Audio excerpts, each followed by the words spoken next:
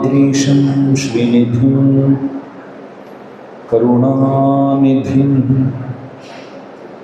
शरण्यं शरणं यामि प्रणतार्तिहरं हरिम्। आकारत्रयसम्पन्नाम् अरविन्दनिवासिनी अशेषजगदीशित्रीं वन्दे वरदवल्लभाम्। यो नित्यमच्युतपदाम्बुजयुग्मरुग्मव्यामोहतस्तदितराणि तृणाय मेने अस्मद्गुरोर्भगवतोऽस्य दयैकसिन्धोः रामानुजस्य चरणौ शरणं प्रपद्ये। श्रीमते रम्यजामातृमुनीन्द्राय महात्मने श्रीरङ्गवासिने भूयात् नित्यश्री नित्यमङ्गलम्। सबको जय श्री नारायण। कल हमने देखा भगवान के लिए त्रिवाराधन के समय जो वस्त्र हम उपयोग करते हैं उसे तिरुवोट्रुवाडई बोलते हैं। और तीर्थ में सुगंध द्रव्य जो उपयोग करते हैं उसको तीर्थ परिमळ बोलते हैं। ये तो आप लोग जानते होंगे। तीर्थ परिमळ ये लाल लवंग घनसार, जैसे प्रतिपाद भयंकराचार्य स्वामी जी महाराज सुप्रभात में अनुसंधान करते हैं। और आप लोग जब तीर्थ में वो तीर्थ द्रव्य परिमळ द्रव्य डालते हैं, मिलाते हैं, तब कृपया श्रीशैलेश दयापात्र मंत्र जो है वो अवश्य बोल करके वो क्रिया करें। क्योंकि प्रतिपाद भयंकराचार्य स्वामी जी महाराज तिरुमला में जब सेवा करते थे, पहले वरवर मुनीन्द्र स्वामी जी महाराज को नहीं जानते थे,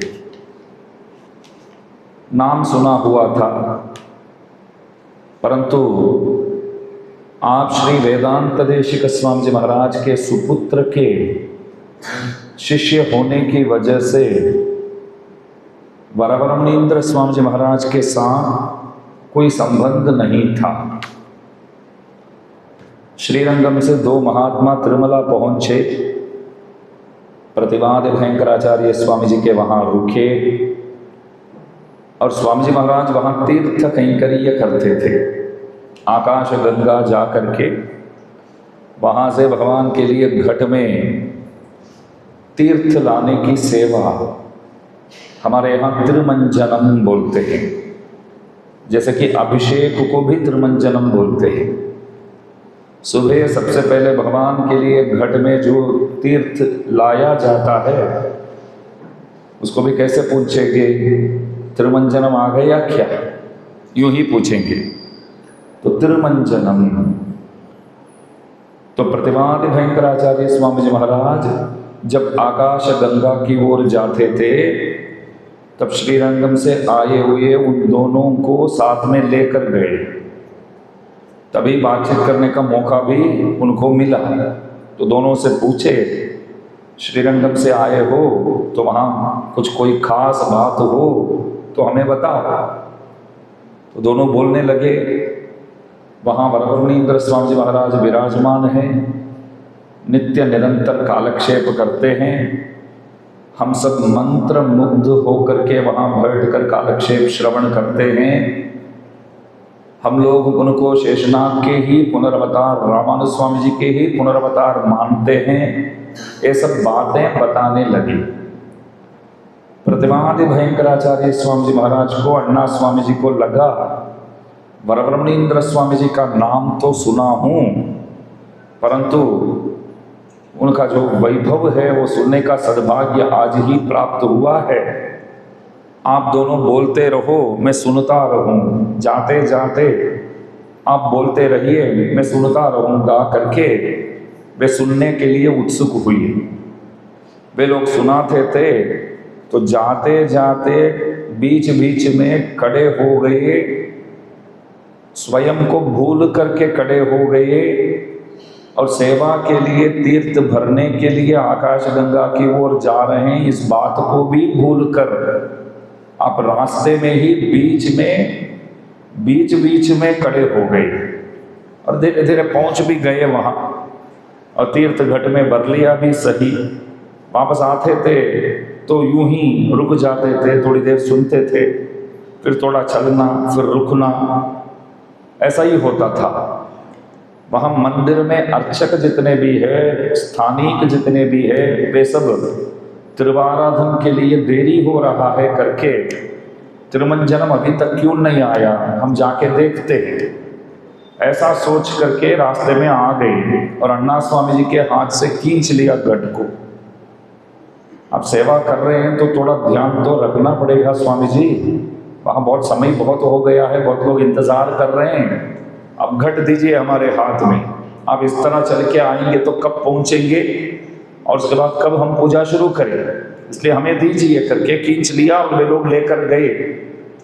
स्वामी जी महाराज एकदम शॉक हो गए, क्या करूं मैं, कैसे रोकूं।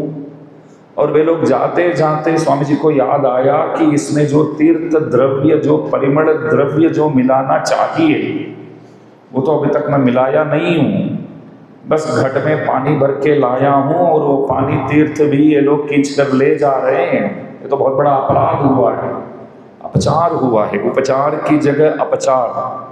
उपचारापदेशेन कृतान अहरहर्मया अपचारानिमान सर्वान क्षमस्व पुरुषोत्तमान। ये रोज बोलना चाहिए। प्रभु उपचार करने के लिए निकला मैं, 16 उपचार करने के लिए निकला हूं, 32 अपचार के साथ ये कार्य समापन हुआ है। मतलब कैंकर्य जो है, 16 जो बोलते हैं, 16 उपचार करने के लिए आया था, लेकिन सेवा इस तरह मैं किया हूं, इसमें 32 अपराध हुआ है, क्षमा करो। तो इस तरह रोज प्रार्थना प्रभु से अवश्य करना चाहिए। तो प्रतिपाद भयंकराचार्य स्वामी जी को लगा ये तो महान अपराध है, और अर्चक स्वामी जी तो घट तो हमारे हाथ से खींच कर लेके गए, प्रभु नाराज हो जाएंगे आज, तो जा करके उनसे क्षमा याचना अवश्य करना पड़ेगा करके मंदिर पहुंचे और बहुत चिंता कर रहे थे। तब अर्चक स्वामी जी के ऊपर आवेश हो करके प्रभु बोलने लगे, हे प्रतिपाद भयंकराचार्य जी, अण्णा स्वामी जी, आज विशेष रूप से तीर्थ में आपने और एक्स्ट्रा क्या डाला? क्या बोले भगवान? आज विशेष रूप से तीर्थ में आपने एक्स्ट्रा क्या डाला करके पूछे। स्वामी जी बोले एक्स्ट्रा डालने की तो बहुत दूर की बात है, रोज जो मैं डालता हूं वो भी नहीं डाला हूं मैं, वो भी भूल गया हूं। भगवान बोले आप तो सालों से सेवा कर रहे हैं, लेकिन आज की तरह इतना सुगंध युक्त तीर्थ मैंने कभी पाया नहीं। तो अब मैंने सोचा कि आपने कुछ स्पेशल कुछ डाला होगा उसमें। तब वो विचार करने लगे, हम तो कुछ नहीं डाले। अर्चक स्वामी जी से पूछा आप कुछ डाले क्या? अर्चक स्वामी जी बोले वक्त कहाँ दिया आपने, वहां से आपके हाथ से खींच करके घट लेकर आए, सीधा मंदिर के अंदर हम पहुंच गए। तो भगवान ऐसा क्यों बोल रहे? तब उनको मालूम पड़ा यदि बार पुनरावतार भूत, साक्षात रामानुजाचार्य स्वामी जी महाराज के पुनरावतार वरवरमणींद्र स्वामी जी का वैभव जो है वो मैं सुनते आ रहा था। तो सुनकर आ रहा था तो वो वैभव जो है वो पानी में उतर गया। तो वैभव की वजह से, स्वामी जी महाराज का वैभव जो ऐसा है, तो इसकी वजह से तीर्थ परिमल डाले बगैर भी वो तीर्थ जो है सुगंध युक्त हो गया करके वो दिन उनको मालूम पड़ा। मालूम पड़ने के बाद भगवान से उन्होंने निवेदन किया कि दास अभी अभी श्रीरंगम जाना चाहता है और वरवरमणींद्र स्वामी जी महाराज के शिष्य बनना चाहता है। तो तिरुपति बालाजी बोले ये तो अवश्य करने योग्य कार्य है, आप जाइए करके। इसलिए आप लोगों से भी निवेदन है, प्रभु के लिए जब आप तीर्थ भरते हैं तो आप परिमल द्रव्य तो अवश्य इसमें मिलाएंगे ही। मिलाते समय श्रीशैलेश मंत्र 2 बार अवश्य बोलिएगा, तो प्रभु और भी प्रसन्न हो जाएंगे। उस वक्त प्रतिवादि भयंकराचार्य स्वामी जी महाराज को भी अवश्य याद कर लेना। तो परिमल द्रव्य को क्या बोलते हैं? तीर्थ परिमलम, ऐसा बोलते हैं। और भगवान जो मंदिर में घर में विराजते हैं, एक मंदिर बना करके उसमें भगवान को बिठाते हैं। उस मंदिर का नाम, सांप्रदायिक नाम जो है, कोयल आழ்वार बोलते हैं। कितने लोगों ने सुना है नाम? कोयल आழ்वार सुना है? कोयल आழ்वार बोलना चाहिए। आपके वहाँ भी जो आप बनाए ना प्रभु के लिए निवास स्थान जो है, अंदर जो मंदिर बनाए हैं, उसको कोयल आழ்वार बोलना चाहिए। कोई परम भागवत भगवान की सेवा के लिए वो मंदिर बन करके आए हैं, ऐसा माना जाता है। कोई भागवत ऐसा चाहता होगा मैं भगवान के लिए मंदिर बन करके मैं रहूं और मुझ में प्रभु निवास करे।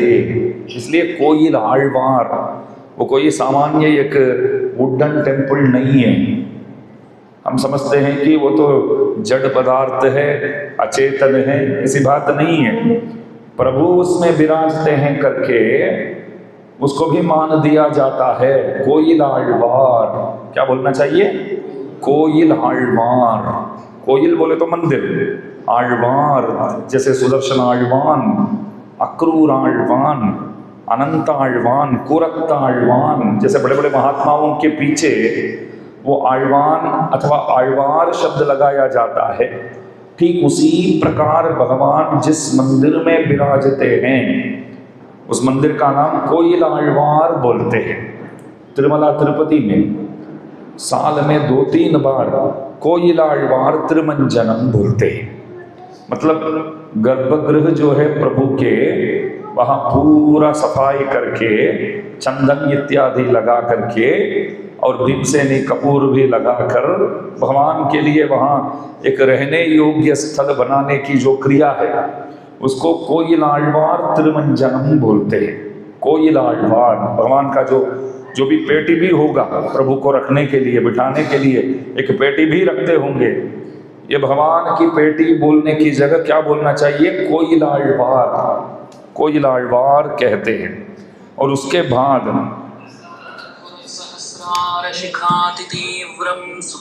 जो प्रभु के पर्दा हटाते हैं, निकालते हैं, उसको तिरकापू बोलते हैं। अथवा प्रभु जी के जो कोयल आழ்वार के जो पट होता है उसको भी 3 बार यूं ताली बजा करके, मतलब प्रभु को पहले हम निवेदन करेंगे कि आप उठिए। कौसल्या सुप्रजा रामपूर्वा संध्या प्रवर्तते, उत्तिष्ठ नरशार्दूल कर्तव्यम दैवमान्निखम, उत्तिष्ठोत्तिष्ठ गोविंद उत्तिष्ठ गरुड़ध्वज, उत्तिष्ठ कमलाकांत त्रैलोक्यम मंगलम कुरु। ये 2 श्लोक बोल करके फिर नायकनाय निन्न वाला पाशुर, 16वां पाशुर जो है वो अनुसंधान करके त्रिपल्ली एळ्ची हो सके तो गाना चाहिए। कदिरवन गुणदिशिक्षिकरं वंदनैंदान शुरू करके 10 पाशुर बोलना चाहिए। 10 लोग क्या करते हैं? मुन्नड़ी पिन्नड़ी करते। कदिरवन दिदिशे कदिरवन दिदिशे कोळुगोडी बिडंगी यशोडा मडलिडै।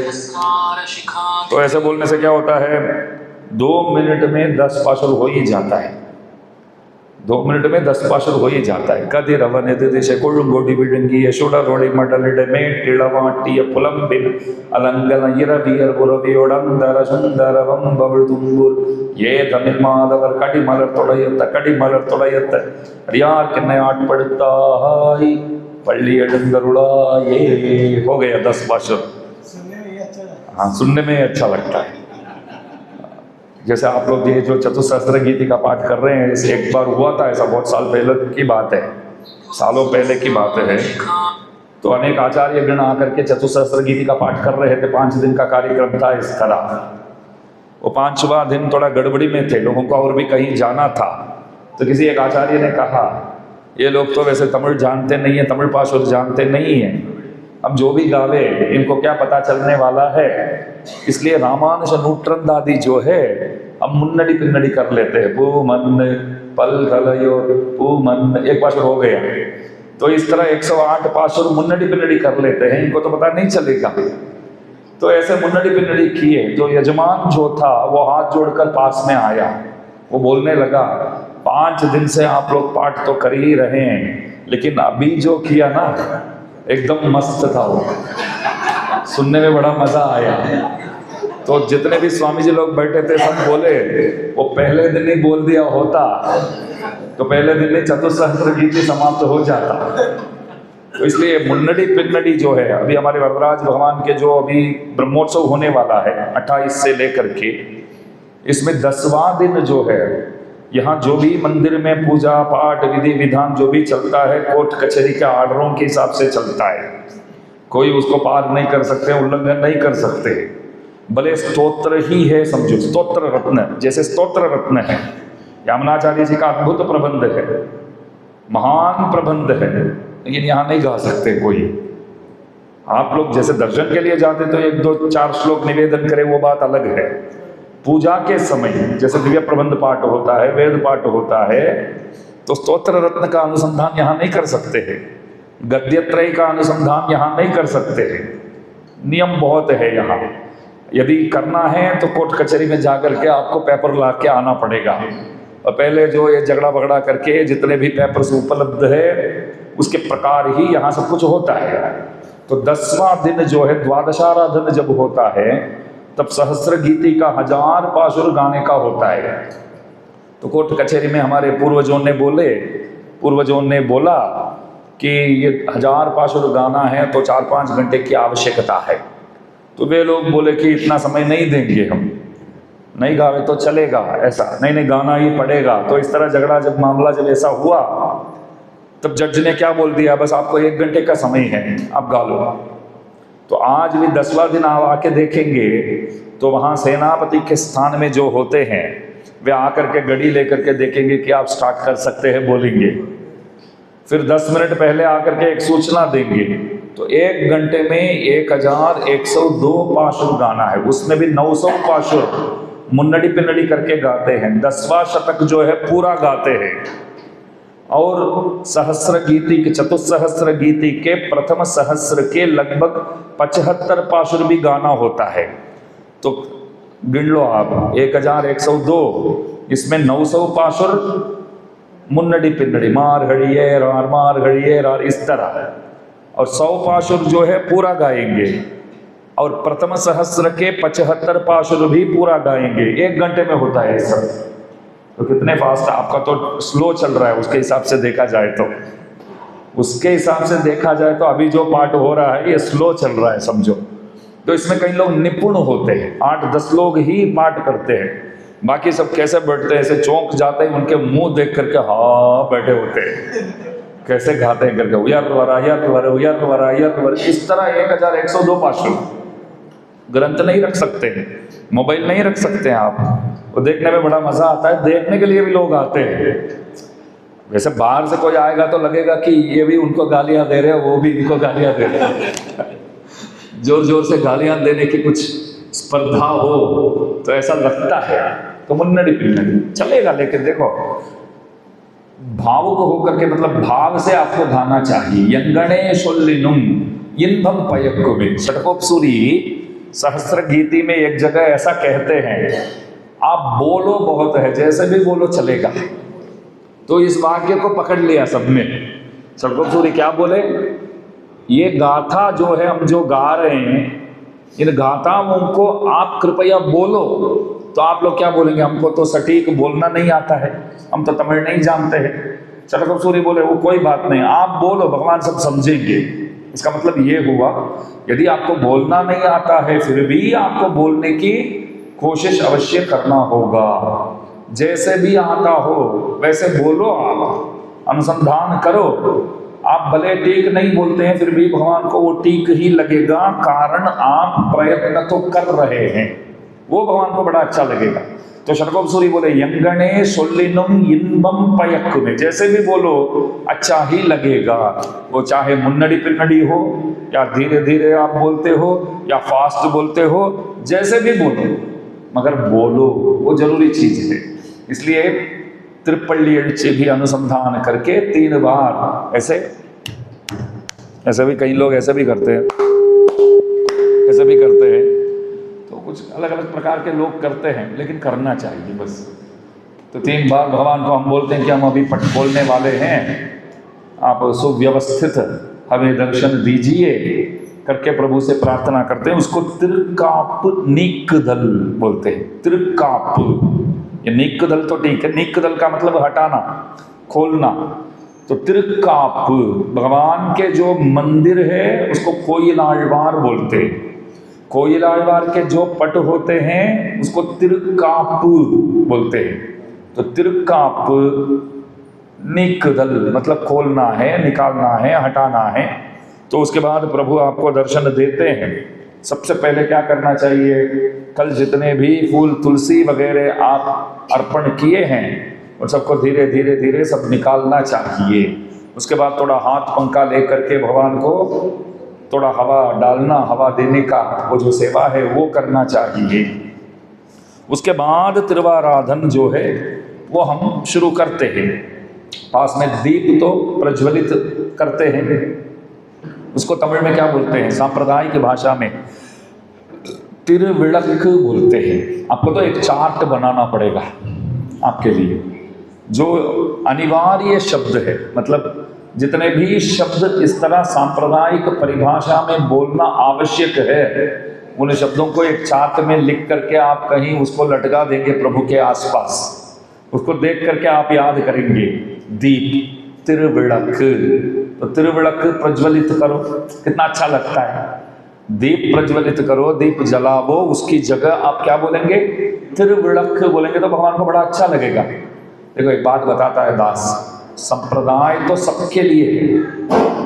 आसे तो हिमवंत बहुत सारे लोग शिव वैष्णव संप्रदाय को अपनाए हैं, लेकिन संप्रदाय का प्रचार प्रसार ज्यादातर दक्षिण में ही पहले हुआ है और दक्षिण से ही ऊर्ध्वपुंड की तरह नीचे से ऊपर की ओर गया है। इसलिए समझो कि ये दक्षिण का ही संप्रदाय है। जितने भी इसमें जुड़े हैं सब दक्षिण के ही है।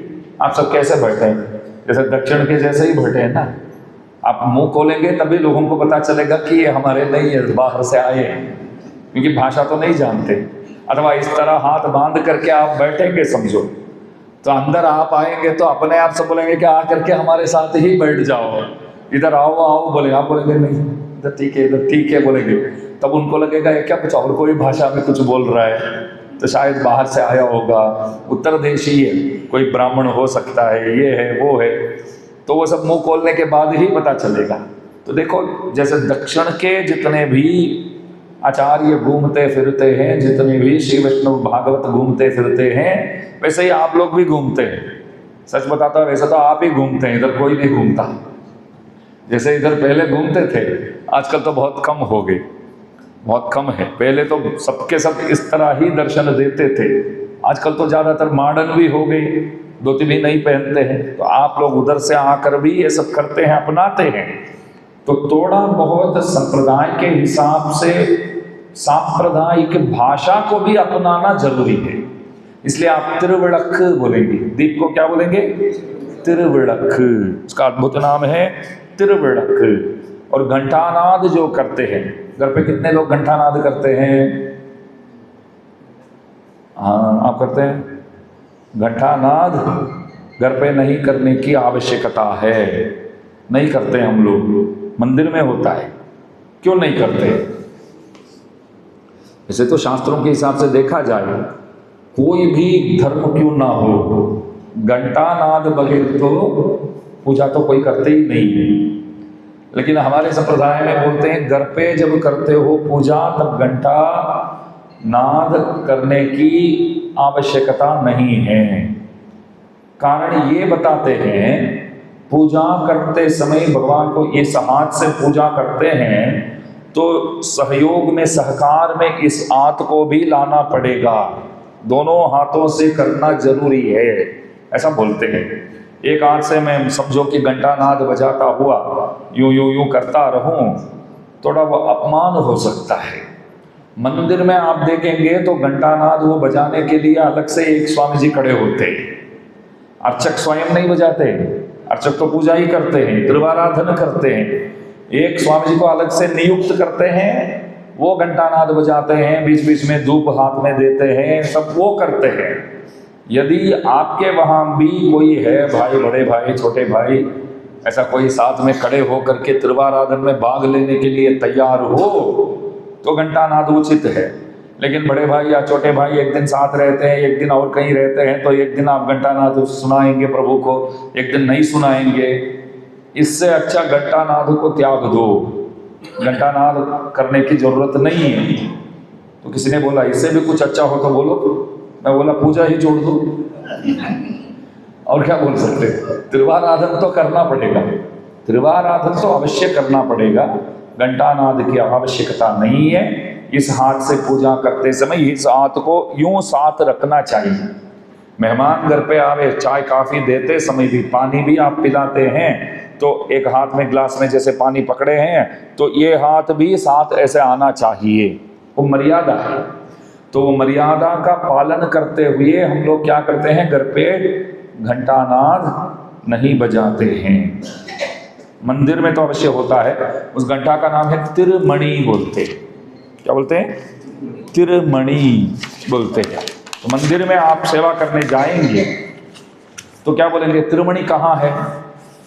तो कहाँ है तो हिंदी वाक्य है, लेकिन आगे तिरमणि बोलेंगे तो भगवान को लगेगा कि ये अपने धर्म के हैं, धर्म की बातें जानता है, ऐसा।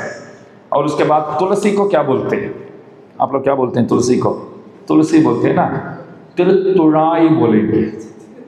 वो तुड़ाई नहीं आता है तो तुलाई बोलिए, चलेगा। तिरतुड़ाई क्या बोलते हैं? तिरतुड़ाई। क्या अद्भुत नाम है, क्या मस्त नाम रखा है। प्रभु जो है वे तुड़ाई शूरी, क्योंकि तुलसी को आप देखो, तुलसी जैसे भाग्यशाली कोई नहीं है। आगम में ऐसा कहा गया है, पूजा पद्धति में। प्रभु की पूजा जब हम शुरू करते हैं तो उद्धरणी में थोड़ा तीर्थ लेकर के उसमें एक तुलसी दल को रख कर अपने नासी के सामने ला करके यूं पकड़ करके द्वयमंत्र के उत्तर वाक्य का अनुसंधान करते हुए उस तुलसी दल को भगवान के मुकुट के ऊपर रखना है। सबसे पहले तुलसी को भगवान के मुकुट के ऊपर, इसलिए तो षडकोपसूरी एक जगह पे गाते हैं सहस्र गीति में, तोड़िणई मेलुम नन्मार्बिन मेलुम सुडरमुड़ी मेलुम ताड़िणई मेलुम पुनैंद तन्नंतुड़ाई उड़यम्मान। ये तुलसी की जो महिमा है, भाग्य को आप देखो, कभी भगवान के माथा ऊपर मुकुट पर भी बढ़ जाती है, भगवान के दिव्य छाती पर भी बढ़ जाती है। भगवान के अभय मुद्रा यूं दिखाते हैं तो केशवाय नमः नारायणाय नमः करके अर्चना किया तो वो थोड़ा गीला हुआ था तुलसी, तो जा करके भगवान के हाथ में चिपक जाती है। और भगवान के चरणों में तो हम अर्पण करते ही हैं, तो चरण में भी निवास करती है। तो माथा से लेकर के भगवान के चरणार बिंदुओं तक सब जगह बैठने की सद्भाग्य किसी एक को मिला है तो तुलसी मैया को ही वो प्राप्त है। इसलिए षडकोपसूरी बोलते हैं आप जैसे तो भाग्यशाली है ही नहीं। तो तिरतुड़ाई, तुलसी को क्या बोलते हैं? तिरतुड़ाई। तुलस्यमृत जन्मासी सदा त्वं केशव प्रिय। तुलसी तोड़ते समय तुलसी से प्रार्थना करनी चाहिए। कितने लोग करते हैं? क्या प्रार्थना करते हैं? तुलसी तोड़ने वाला हूं, संभाल कर रहे हैं ना, ऐसे बोलते हैं क्या? क्षमा प्रार्थना करके बस भगवान के लिए ग्रहण कर रहा हूं, आप कृपया क्षमा करो। और चार चार दड़ युक्त जो है उसको इन उंगलियों से निकालना चाहिए, नाखून से नहीं, इन उंगलियों से धीरे से निकालना चाहिए। और आप लोग भी क्षमा प्रार्थना करते हैं क्या? करते हैं? आप लोगों को तो तोड़ना ही नहीं चाहिए, अभी उसके लिए क्षमा प्रार्थना करना पड़ेगा। आज तक तोड़ दिया, क्षमा करो। स्त्रियों को तुलसी तोड़ने का अधिकार नहीं है। फिर तुलसी पूजा में उपयोग होने वाला ही नहीं है, क्योंकि आप लोग ला करके संचित करके रखते हैं, तभी तो हम लोग सेवा करते हैं। आप नहीं लाएंगे तो क्या होगा? लेकिन हर बार हम तोड़ के लाएंगे तो वो सब आप बना सकते हैं। ऐसा नहीं है तुलसी को स्पर्श ही नहीं कर सकते, ऐसा नहीं बोला। वो उस पौधे से, जाड़ से उसको निकालना वो आपका काम नहीं है। तो आप बोलेंगे लोग जाओ तुलसी लेकर आओ, और कोई दिन नहीं निकाल सकते हैं, ऐसी भी बात है। पहले दिन ही, पूर्व दिन ही उसको संचित करके रखना पड़ेगा। जैसे कि एकादशी के दिन, शुक्रवार के दिन और मंगलवार के दिन ऐसा कुछ नियम बताते हैं। लेकिन मैं एक बात ऊपर से बताता हूँ, भगवान के लिए ये ना चलेगा जब, बस हम थोड़ी अपने लिए तोड़ रहे हैं, प्रभु के लिए ही तो तोड़ रहे हैं। तो इसलिए थोड़ा प्रार्थना करके, केशव प्रिय, आप केशव की प्रिया हो, आपको मैं ले जाऊं तभी तो भगवान प्रसन्न होंगे, इसलिए आपको ले जाना पड़ रहा है करके हम आपको निकाल रहे हैं। आप कृपया बुरा मत मानिए। तो तिरुत्तुड़ाई बोलते हैं उसको, क्या बोलते हैं? तिरुत्तुड़ाई। आप सब ध्यान रखेंगे। उसके बाद भगवान को रोज 5 सुपारी भी अर्पण करना होगा। कितने लोग करते हैं? मैं तो नहीं करता हूँ, मैं बताता हूँ, दास नहीं करता वो सब, लेकिन करना चाहिए, मालूम तो रहे। 5 सुपारी आप भी नहीं करते, उसको अड़ैकाई बोलते। आप करते हैं अड़ैकाई, क्योंकि पाशुर में आता है अड़ैकाई तिरुत्ति वैतेन, अड़ैकाई तिरुत्ति नान वैतेन, अड़ैकाई। चार्ट में वो भी आप लिख कर रखेंगे। अड़ैकाई बोले तो क्या है? 5 सुपारी जो भगवान को लगाना। द्वारकाधीश जाते हैं ना, तो द्वारकाधीश में भगवान को भोग लगाकर कई बार अर्चक स्वामी जी आकर के वो 5 सुपारी भी देते हैं, बीड़ा जैसे देते हैं ना, बड़ा अच्छा लगता है। बोलते हैं कि हमारे मंदिरों में तो ये पद्धति नहीं है, इतना अच्छा लगता है, तो 5 सुपारी भी देते हैं। तो अड़ैकाई बोलते हैं उसको। क्या बोलते हैं? अड़ैकाई। आज ही भूल जाएंगे आप लोग इन बातों को, नहीं याद रखेंगे। व्हाट्सअप करना पड़ेगा, नहीं?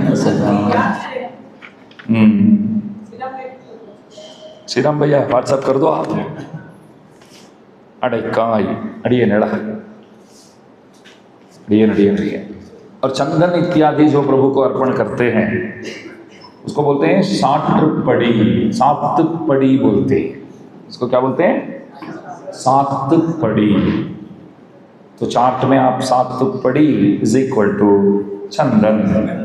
तो चंदन को थोड़ा सा चंदन में पानी डाल करके मिक्स करके जो रखते हैं ना, तो सातपड़ी आप हटो, इधर क्या बोलते हैं? सातपड़ी देना शुरू करो। जैसे गोष्ठी पाठ इत्यादि जब होता है तब बोलते हैं कि सातपड़ी देना शुरू करो, बोलते हैं। रामानुज नूतन दादी शुरू होते ही वो सातपड़ी देना शुरू होता है, तो उसको क्या बोलते हैं? सातपड़ी बोलते हैं। और दिव्य प्रबंध पाठ जो हो रहा है उसको अरुणिचयल बोलते हैं।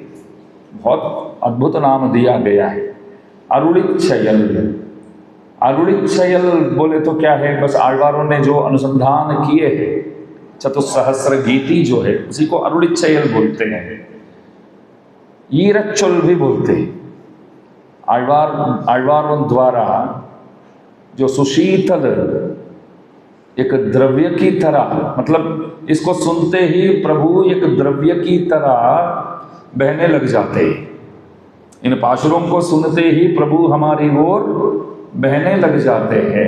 इसलिए ये रचल। और खास बात ये है, ये आழ்वारों का रोना ही भगवान से विश्लेष हो करके, वियोग को पा करके, उस दुख की वजह से प्रभु से हम मिल नहीं पा रहे हैं करके जो रोए हैं ना, वो रोना ही सुमधुर गीत बन करके निकला है। जैसे गोपिया गीत जो बोलते हैं वो भी क्या है? प्रभु से वियोग हो करके जो रोए हैं वो गोपिका गीत है, समझो। ठीक उसी प्रकार ये आழ்वारगण जो रोए हैं वो रोना ही सुमधुर गीत बन करके निकला है।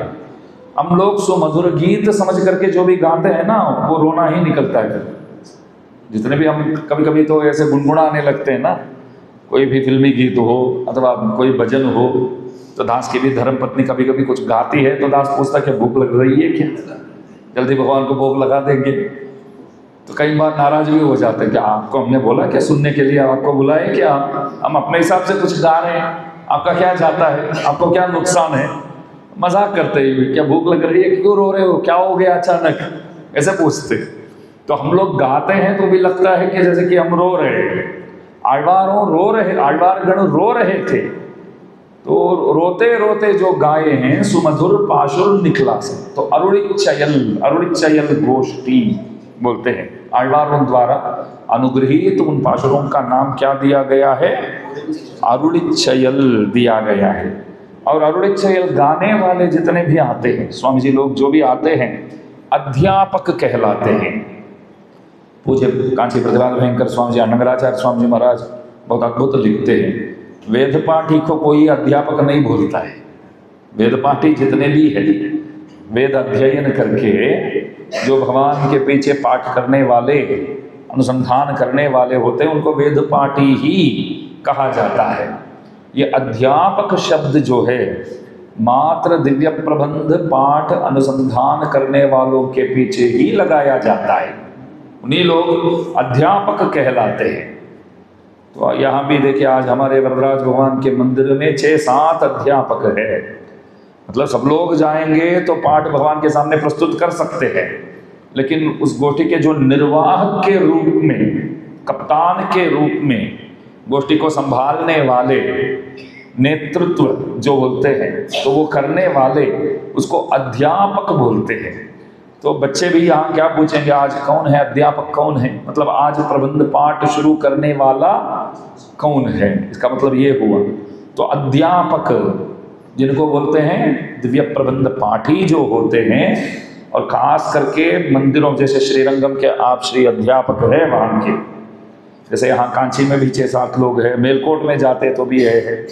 अध्यापक बोले तो क्या होता है, एक मास्टर, टीचर, इसलिए मेलकोट में वाद्यार भी बोलते हैं, मेलकोट में अध्यापक भी बोलते हैं, वाद्यार भी बोलते हैं। वाद्यार का मतलब हुआ शिक्षक, शिक्षक मतलब हुआ, तो शिक्षक शब्द भी वहाँ इस्तेमाल करते हैं। वाद्यार बंदा चढ़ा पढ़ रहा ऐसा बोलते हैं। वाद्यार स्वामी आगे क्या, जैसे कृष्णय्यंगार स्वामी जी महाराज करके विराजते थे, आप लोगों ने देखा होगा, वानमामले कृष्णय्यंगार करके बुजुर्ग थे, अभी 2-3 साल पहले ही थोड़ा अरुणिचयल के वो अध्यापक के प्रधान थे, और बैठे बैठे वो जनेऊ स्वयं अपने लिए खुद पहनने के लिए जनेऊ स्वयं ही वो तैयार करते थे। उसके लिए साधनों को ले आते थे मंदिर में, बैठ करके पाठ करते करते उनके हाथों को आप देखेंगे ना, तो यूं ही उसको वो तैयार करते हुए जनेऊ खुद पहनने के लिए स्वयं ही तैयार करते थे। और शास्त्रों में कहा गया है कि अनेक वेद मंत्रों का अनुसंधान करते करते वो जनेऊ तैयार करना होगा आपको। वो जनेऊ तैयार करते समय ही अनेक वेद मंत्रों का उच्चारण होना चाहिए। स्वामी जी क्या बोलते थे, इससे बढ़कर क्या मंत्र है, हम दिव्य प्रबंध का अनुसंधान इधर कर रहे हैं, ये वेद मंत्रों से भी उत्कृष्ट है, तो इन मंत्रों द्वारा हम जनेऊ को पवित्र करते हैं, ऐसा बोलते थे। तो वे स्वयं बैठ करके वो करते थे, उनको वाद्यार स्वामी करके ही बुलाते थे, वाद्यार स्वामी, वाद्यार स्वामी। तो अध्यापक जो है दिव्य प्रबंध पाठी जो होते हैं वे अध्यापक कहलाते हैं। और उसके बाद जो पाठ करते हैं ना, अरुणिचयल जो दिव्य प्रबंध का पाठ जो होता है, आपसे मैं पूछूं अंदर क्या हो रहा है, तो आप बोलेंगे कि अरुणिचयल पाठ हो रहा है। अरुणिचयल पाठ हो रहा है तो सही तो है, लेकिन सेवा काल बोलते हैं, सेवा काल, सेवा काल हो रहा है। एक बात बताना चाहूँगा, जैसे कि आप लोग गोष्ठी शब्द का तो उपयोग करते हैं, गोष्ठी बोले तो प्रसाद वितरण, गोष्ठी बोले तो संघ, बात सही है आपकी, लेकिन गोष्ठी सामान्यतः गोष्ठी बोले, अब गोष्ठी हो रहा है तो हम भागेंगे। गोष्ठी बोले तो क्या मतलब होता है, कुछ वहाँ प्रसाद वितरण शुरू हो गया, कुछ प्रसाद दे रहे हैं वहाँ। उत्तर में कहीं भी जाओ गोष्ठी बोले तो वो प्रसाद वितरण का ही अर्थ होता है, उसका गोष्ठी का शब्द जो है प्रसाद वितरण का ही वो करता है, मतलब अर्थ निकालता है। यहाँ देखेंगे तो गोष्ठी बोले तो पूछेगा आज क्या गोष्ठी है, मतलब सेवा काल में क्या पाठ अनुसंधान करने वाले, कितना फर्क है देखो आप। आज गोष्ठी क्या है, बच्चे भी पूछेंगे आज गोष्ठी क्या है, तो ऐसा नहीं बोलेंगे आज पुलियोरा है, आज शक्कर पोंगल है। बच्चे पूछेंगे गोष्ठी क्या है, तो मैं बोलूं कि पुलियोरा है, तो बोले क्या उत्तर दे रहे हैं आप। आज पाठ में चतुस्सहस्र गीति में आज क्या प्रारंभ होने वाला है, क्या गाने वाले हैं। इसलिए जो दिव्य प्रबंध गोष्ठी, गोष्ठी बोले तो जो पाठ करते हैं उसी को गोष्ठी बोलते हैं, अथवा प्रसाद गोष्ठी, तीर्थ गोष्ठी अलग से बोलते हैं। तीर्थ गोष्ठी बोले तो तीर्थ देंगे आपको, शठारी देंगे। प्रसाद गोष्ठी बोलते हैं ना, तो अवश्य प्रसाद वितरण तब होगा। मात्र गोष्ठी बोलेंगे तो अरुणिचयल गोष्ठी बोलते हैं। सेवा कालम, उसको क्या बोलते हैं, सेवा कालम। और उसके बाद जब पाठ समाप्त करते हैं, वो समापन विधि जो होता है उसको साट्र मरई बोलते हैं। साट्र मरई, कई लोग सात मुरई भी बोलते हैं, साट्र मरई भी बोलते हैं। दोनों वैसे हमारी परंपरा में तो आ ही रहा है, सात मुरई बोलो, साट्र मरई बोलो। ये साट्र मरई बहुत अत्यधिक उचित लगता है। मरई बोले तो ये वेद, उभय वेद जो है, दोनों पाठ करते हैं ना, वेद पाठी भी आए हुए हैं, वो वेद पाठ करते हैं। दिव्य प्रबंध पाठी दिव्य प्रबंध पाठ, अध्यापक गण दिव्य प्रबंध पाठ करते हैं, अरुणिचय गोष्ठी सेवा कालम करते हैं। तो इन वेदों का समापन जो है साट्र मरई, उसी को साट्र मरई, जैसे चित्तम जिरघाले वंदन चेवित करके शुरू करके नालायर साट्र मरई बोलते हैं। कोई कोई बड़ा बड़ा उत्सव में ऐसा होता है कि वो सात मरई ही 1-1.5 घंटा चलता है, पाठ 3 घंटा चलता है दिन में, वो अलग बात है। सात मरई जो बड़ा सात मरई होता है ना, हमारे वरावल स्वामी जी के मंदिर में वरदराज भगवान जब पधारते हैं सात मरई के दिन, आधी रात को 2:15 बजे हम शुरू करेंगे तो 3:15 बजे वो पूरा होता है। 1 घंटा खड़े होकर के जितने भी दिव्य प्रबंध के खास खास प्रबंधों के जो आखिरी वाला पाशुर, 2-2 पाशुर जो है, उसका अनुसंधान 2-2 भाग। एक बात बताता है दास, इस बार धनुर्मास के प्रारंभ में दास त्रिवल्लिकेणी में था, ध्यान से सुनिए, पार्थसारथी भगवान के मंदिर में था। तो मुझे लगा दोपहर के समय वहाँ मास का प्रारंभ हुआ, तो उस वक्त पाठ किए, तो दास को लगा दास भी जाएगा, उसमें शामिल रहेगा। पहले पार्थसारथी भगवान के मंदिर में 30 पाशुर गाए, 28 पाशुर गाए। सबसे पहले ध्यान दीजिए, 28 पाशुर गाए, सातमरा के लिए 2 पाशुर छोड़ दिए। वहाँ होने के बाद वहाँ से उठ करके बाहर आए तो वरदराज भगवान का मंदिर है, वहाँ बैठ करके 28 पाशुर गाए, 2 पाशुर वहाँ छोड़ दिए। और उसके बाद पीछे नरसिंह भगवान का मंदिर है, वहाँ 28 पाशुर गाए, 2 पाशुर छोड़ दिए। फिर उसके बाद गोदाम्बा जी के मंदिर आए, वहाँ 28 पाशुर हुआ, 2 पाशुर छोड़ दिए। तो ये सब हुआ ना, उसके बाद भगवान को भोग लगने के बाद शातमरा की बात सुनो, शातमरा की बात आती है तो 2-2 पाशुर 4 बार हो जाता है। 2 पाशुर 2-2 बार गाते हैं तो क्या होता है, 4 होता है। चित्तम जिरघाले 2 बार, वंगा कड़ल करेंगे 2 बार। तो पार्थसारथी भगवान के सामने 4 हुआ ये। फिर पुनः वरदराज भगवान के वहाँ जाओ, 4 हुआ, 4-4 8 हुआ। फिर नरसिंह भगवान के वहाँ जाओ और 4 12 हुआ।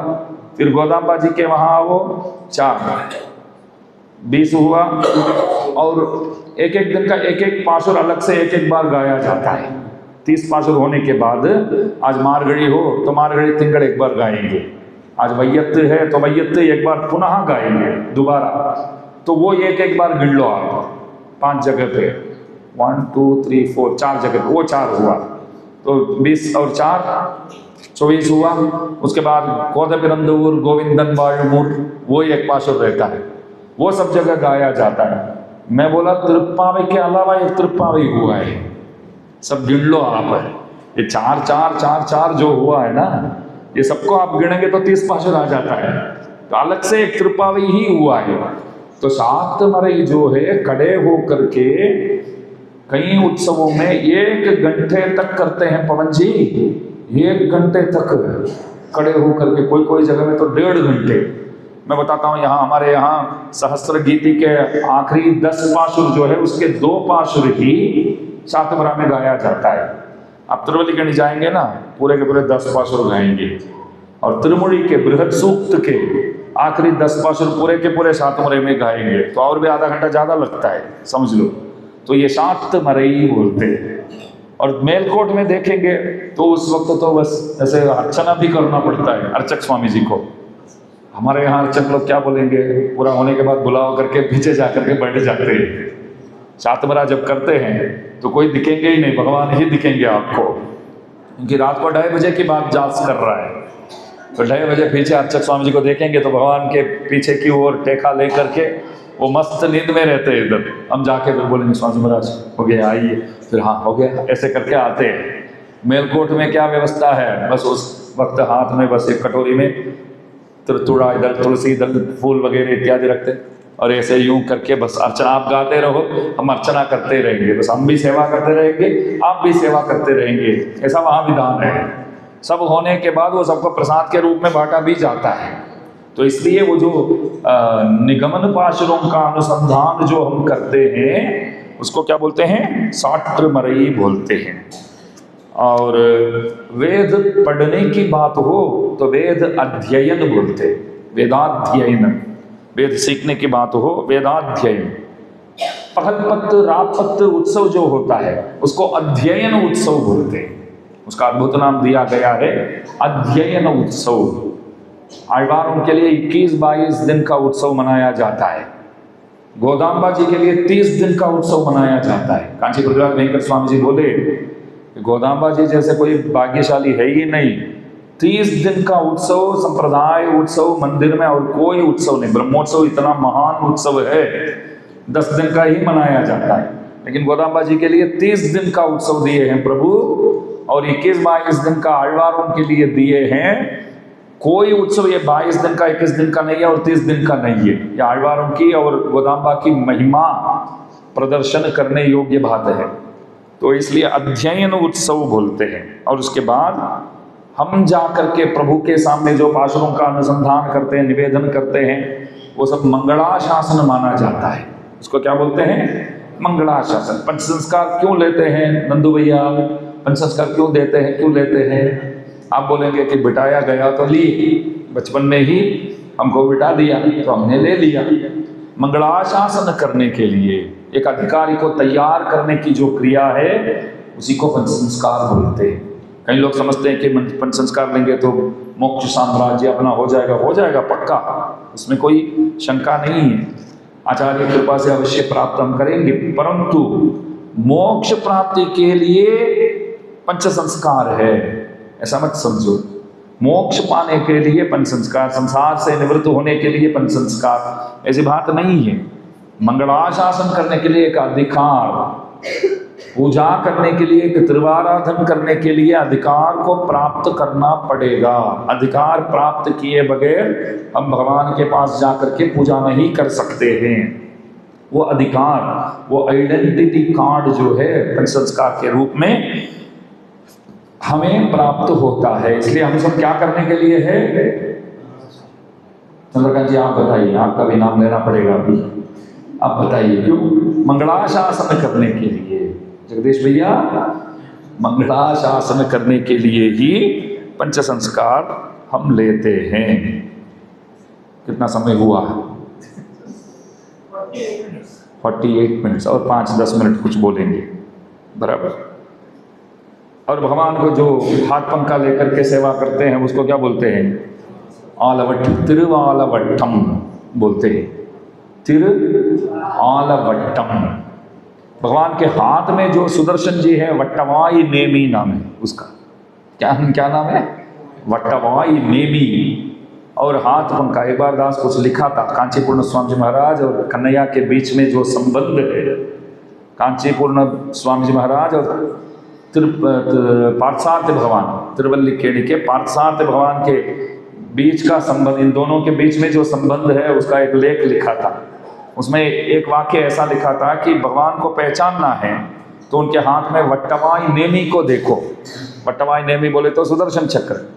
कांचीपूर्ण स्वामी जी को पहचानना है तो हाथ में त्रिवालवट्ट को देखो, तो इनके हाथ में त्रिवालवट्टम है, उनके हाथ में वट्टवाई नेमी है। और कांचीपूर्ण स्वामी जी महाराज जैसे महान भाग्यशाली कोई है नहीं, किधर भी जाओ उनका तो मंदिर तो मिलेगा ही मिलेगा।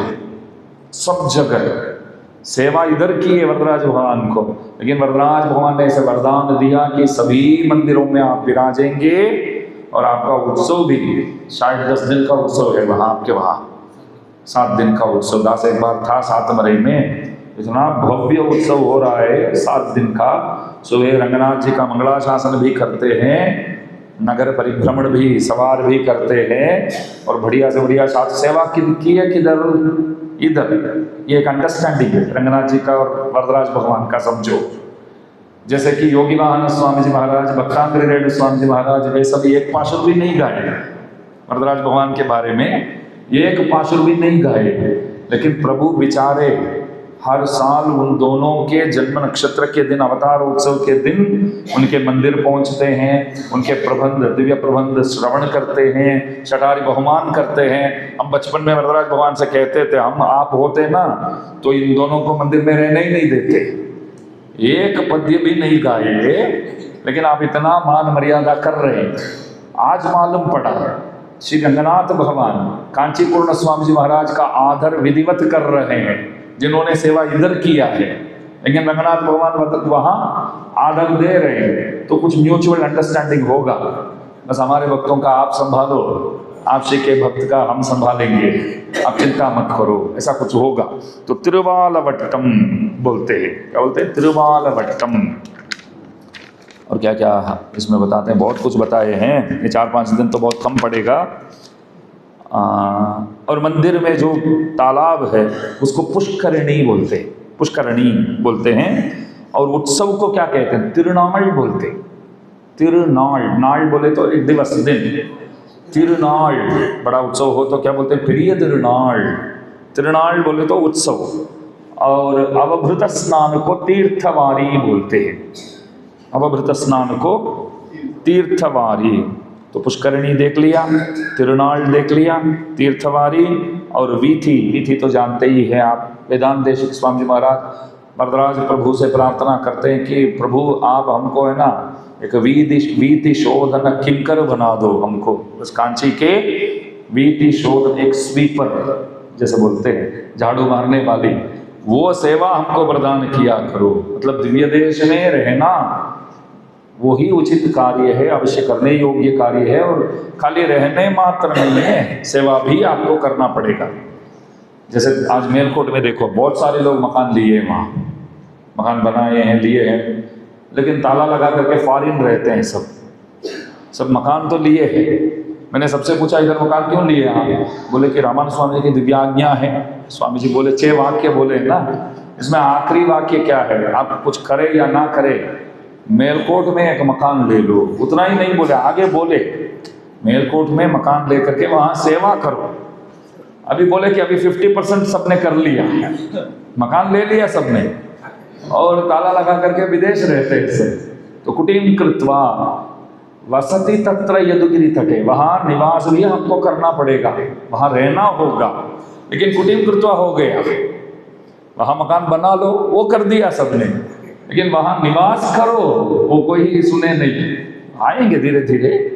तो इसलिए हमको दिव्य देशों में रहना बहुत आवश्यक चीज है, रहने मात्र उचित नहीं है। कुछ हमसे जो बन पाए वो सेवा भी करने की आवश्यकता है। तो इसलिए बोलते हैं कि वीथी, तिरुवीथी बोलते हैं, तिरुवीधि प्रदक्षिणम। जब प्रदक्षिण परिक्रमा करते हैं तो क्या बोलना चाहिए? आप इधर आए हैं तो रोज तो करते ही है, उसको प्रभात फेरी बोलते हैं ना, वो छोड़ दो, आप भूल जाओ आज ही। त्रिवीधि प्रदक्षिणम बोलना चाहिए। क्या बोलना चाहिए?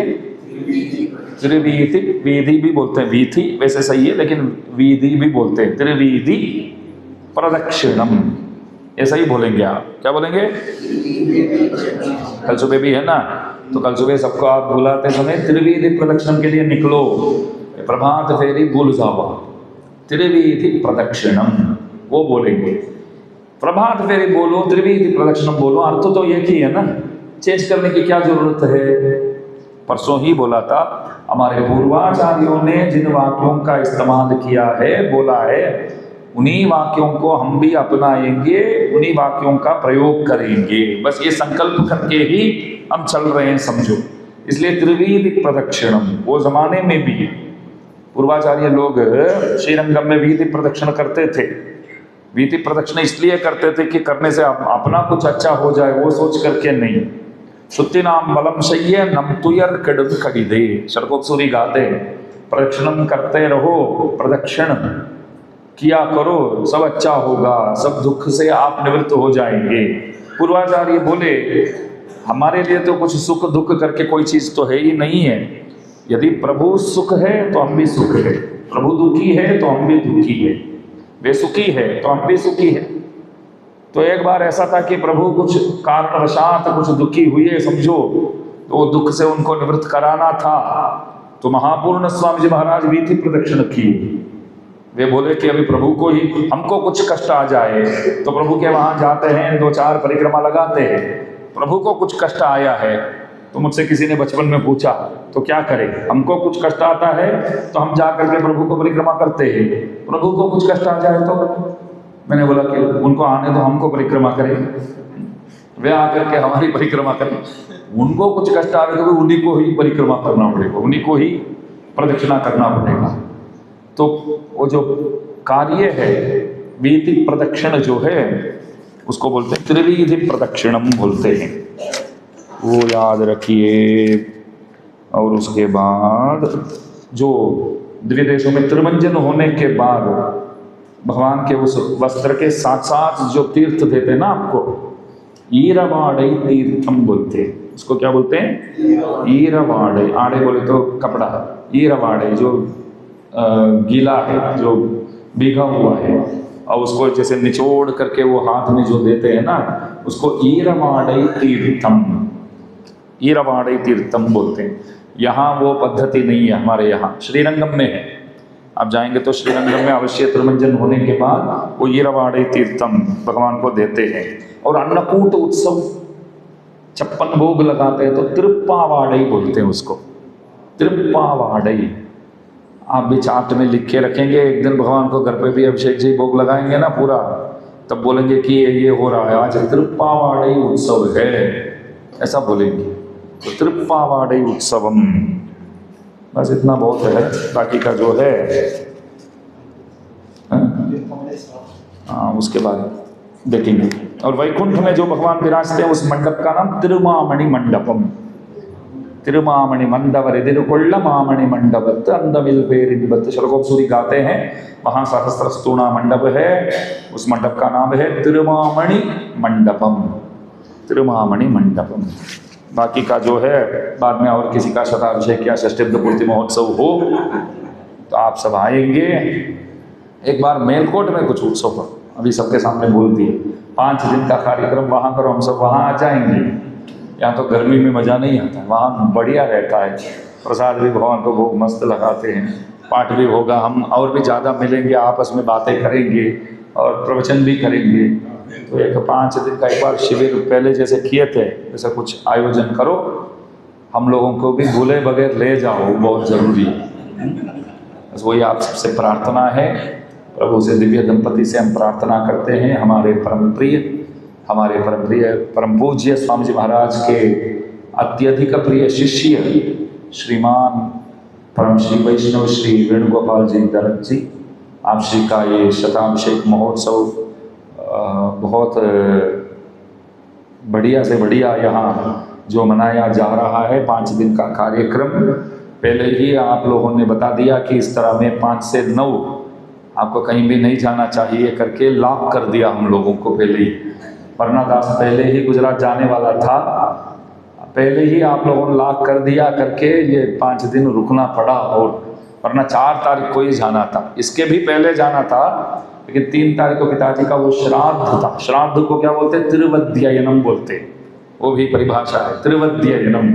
हम लोग श्राद्ध तिथि नहीं बोलते हैं, त्रिवध्ययनम बोलते।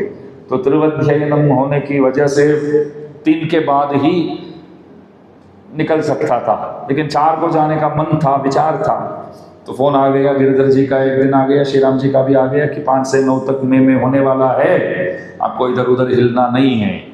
तो 9 के दिन शाम को ही कल इसलिए जा रहे हैं। तो ये सद्भाग्य आप श्री के शताभिषेक महोत्सव में भाग लेने का सुअवसर दास को भी प्राप्त हुआ। दिव्य दंपतियों से और पूर्वाचार्यों से, आಳ್वार आचार्यों से दास प्रार्थना करता है स्वामी जी महाराज भी उनके आशीर्वाद आप सबको प्रदान करें। और पूर्वाचार्यों से भी प्रार्थना है कि उन लोगों की कृपा दृष्टि सदैव आप दोनों के ऊपर और आपके परिवार के प्रति, सभी श्री वैष्णव समुदाय के प्रति नित्य निरंतर बनी रहे। ऐसी प्रार्थना के साथ दास समाप्त करता है। बोलने में भूल चुको हो तो दास क्षमा प्रार्थी है। लेने योग्य बात यदि है था इसमें तो उन वाक्यों को, उन वचनों को अवश्य आप लोग ग्रहण करने की, स्वीकार करने की कृपा करें। जय श्री नारायण।